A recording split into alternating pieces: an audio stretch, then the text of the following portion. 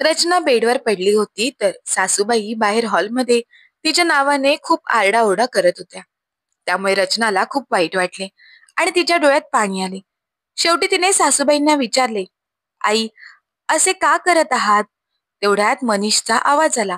तो आपल्या आईला समजावत म्हणाला, हे बघ आई, एका महिन्याची तर गोष्ट आहे. डॉक्टर म्हणाले आहेत की रचना 1 महिन्यानंतर चालू शकते. त्यामुळे आपण दोघे मिळून 1 महिना तिची काळजी घेऊ शकत नाही का? तेवढ्यातच मनीषची आई अलकाताई रागातच म्हणाल्या, हे बघ बाळा, मी तुला स्पष्टच सांगते, सुनबाईला तिच्या माहेरी पाठवून दे. माझ्याकडून सुनबाईची सेवा होणार नाही. मी काय हिचं मलमूत्र साफ करण्यासाठी बसले आहे? आपल्या आईचे असे बोलणे ऐकल्यावर मनीष खूप परेशान झाला. तरीही तो आपल्या आईला म्हणाला, आई, तू चिंता का करतेस? मी या सर्व कामासाठी एक कामवाली बाई ठेवेन. तू फक्त तिला वेळेवर खायला प्यायला दे आणि थोडं लक्ष दे. सकाळ संध्याकाळ तर मी आहेच तिची काळजी घेण्यासाठी. मनीषला वाटत होते की कशाही प्रकारे आईने आपले बोलणे मान्य करावे. जर आईने आपले बोलणे मान्य केले तर जास्त अडचण येणार नाही. परंतु सासूबाईंनी नेहमीप्रमाणे आपल्या सुनबाईची काळजी घेण्यासाठी नकार दिला. अलकाताई तर आपल्या सुनेला ताप आला तरी घरात तासभर आराम करू द्यायच्या नाही. त्या आपल्या सुनेला अशा परिस्थितीमध्ये सुद्धा लगेचच माहेरी पाठवून द्यायच्या. आणि आता तर बाथरूम मधून बाहेर पडताना सुनेचा पाय घसरून मुरगळला होता.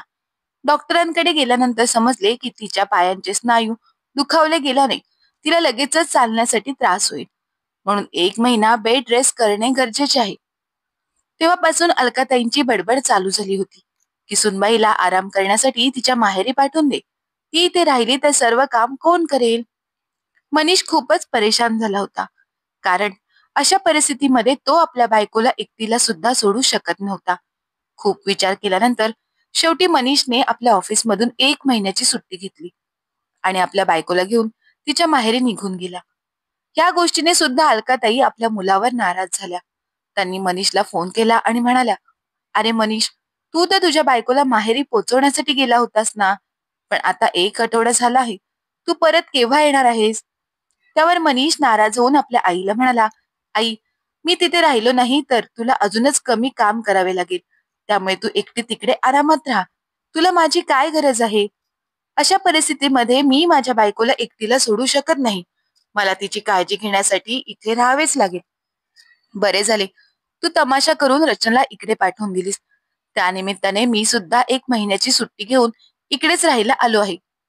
आता मी रचनाला बरं वाटल्यानंतरच सोबत घेऊन येईन. एवढं बोलून मनीषने फोन ठेवून दिला. तेव्हा अलकाताईंना खूपच राग आला. आता त्या दिवस रात्र आपल्या मुलाला फोन करून परेशान करू लागल्या की माझी तब्येत खराब आहे, तू लवकर परत ये. जेव्हा मनीषने आपल्या एका मित्राला आपल्या आईची परिस्थिती पाहण्यासाठी घरी पाठवले, तेव्हा त्याच्या मित्राने त्याला सांगितले की तुझ्या आईची तब्येत तर खूपच चांगली आहे. तेव्हा मनीषला आपल्या आईचा खूपच राग आला. तो विचार करू लागला, आई असे खोटं का बोलत आहे? तसेही इकडे अलकाताईंची तब्येत खूपच चांगली होती, परंतु आपल्या मुलाविषयी आणि सुनेविषयी सतत विचार करून करून त्यांचा ब्लड प्रेशर वाढू लागला होता. आणि पण ही गोष्ट त्यांना समजत नव्हती. असेच काही दिवस मग एक दिवस किचनमध्ये काम करत असताना अलकाताईंना चक्कर आली. तेव्हा त्या खूपच घाबरल्या. कारण आजारपणाविषयी खोटे बोलणे सोपे होते की माझी तब्येत खराब आहे, पण आता खरंच त्यांची तब्येत बिघडू लागली होती. तेव्हा मात्र त्यांचे हातपाय थरथर कापू लागले होते. अलकाताई आपल्या शेजारच्या लोकांच्या मदतीने हॉस्पिटलमध्ये पोहोचल्या. डॉक्टरांनी त्यांची तपासणी केल्यानंतर काही टेस्ट केल्या. तेव्हा डॉक्टरांनी सांगितले की तुमच्या हृदयामध्ये थोडा प्रॉब्लेम आहे आणि त्यासाठी तुमचे लवकरात लवकर ऑपरेशन करावे लागेल. आता तात्पुरती मी तुम्हाला काही औषधं लिहून देतो.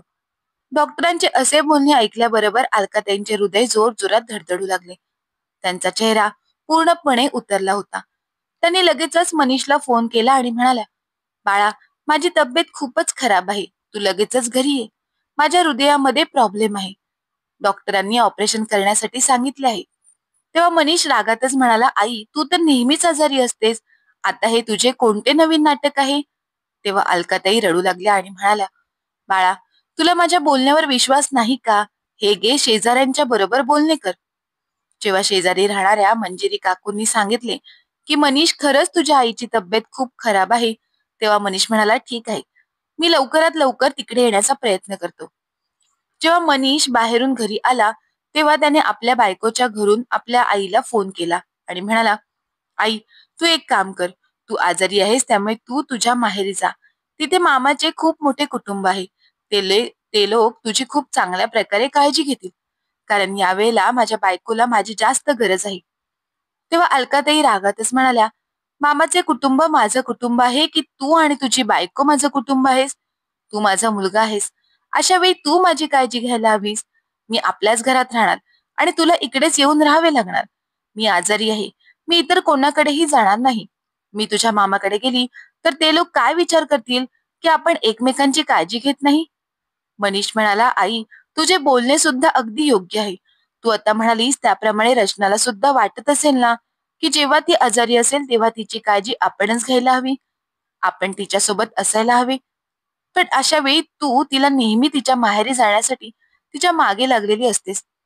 यावेळची परिस्थिती थोडी अवघड होती, मला मान्य आहे. परंतु एक दिवस ताप आला किंवा तिचं डोकं दुखत असेल तरी सुद्धा एक दिवसासाठी तिने तिच्या माहेरी जाऊन आराम करावा. पण तिने आपल्या घरी 1-2 तास आराम केला तर ते तुला चालत नाही. तू रचनासोबत अशी वागतेस, मग तुझ्या म्हातारपणात जेव्हा तुझी सेवा करण्याची गरज पडेल तेव्हा तुझी सून तुझी सेवा करेल का? त्यावेळी जर तुझ्या सुनेने सुद्धा तुला असेच उत्तर दिले आणि तुला माहेरी जाऊन आराम करण्यास सांगितला तर तुला कसे वाटेल? अलकाताई आता शांत झाल्या होत्या. त्यांच्या डोळ्यातून अश्रुधारा वाहू लागल्या. त्या आता सोफ्यावर बसल्या आणि विचार करू लागल्या. आपला मुलगा अगदी योग्य तेच बोलत आहे. जेव्हा सुनबाईला आपल्या आधाराची गरज होती तेव्हा आपण तिला माहेरी पाठवून दिली.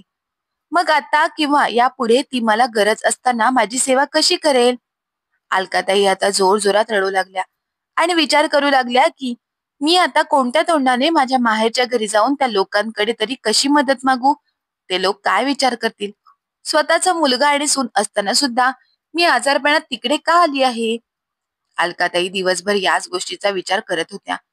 ती रात्र त्यांना झोप सुद्धा लागली नाही. दुसऱ्या दिवशी सकाळीच दरवाजाची बेल वाजली. अलकाताईंनी जाऊन दरवाजा उघडला तर दारासमोर अलकाताईंचा मुलगा मनीष उभा होता. मनीषला घरी आलेला पाहून अलकाताईंना आश्चर्याचा धक्काच बसला. त्या काही बोलण्या अगोदर मनीष म्हणाला, आई, मी तुला अशा परिस्थितीमध्ये एकटीला नाही सोडू शकत. तिथे माझ्या बायकोची काळजी घेण्यासाठी तिच्या माहेरचे लोक आहेत. त्या लोकांना माहित आहे की माझी आई कशी आहे. त्या लोकांसमोर मलाच लाज वाटते. कारण माझी बायको थोडी आजारी पडली तरी तू तिला लगेच तिच्या माहेरी पाठवून देतेस. तू तिला कधीच आपल्या घरी ठेवत नाहीस. परंतु ह्या वेळेला ते लोक माझी मजबुरी समजून घेतील. कारण आता तुला माझी गरज आहे. तेव्हा अलकाताई हैराण होत म्हणाल्या, मग फोन करून तुम्हाला एवढं काय ऐकवत होतास? त्यावर मनीष म्हणाला, आई, तुला सुद्धा समजायला हवे की अशा परिस्थितीमध्ये मला आणि तुझ्या सुनेला काय वाटत असेल. जेव्हा छोटे छोटे प्रॉब्लेम्स येतात तेव्हा सुद्धा तिला माहेरी जाऊन राहावे लागते. उद्या जर तिची वहिनी तिला टोमणे मारू लागली आणि शेजारचे लोक सुद्धा बोलू लागले की हिचं लग्न झालं आहे, परंतु आजारी पडल्यावर मात्र तिची काळजी घेण्यासाठी तिथे कोणीही नाही का?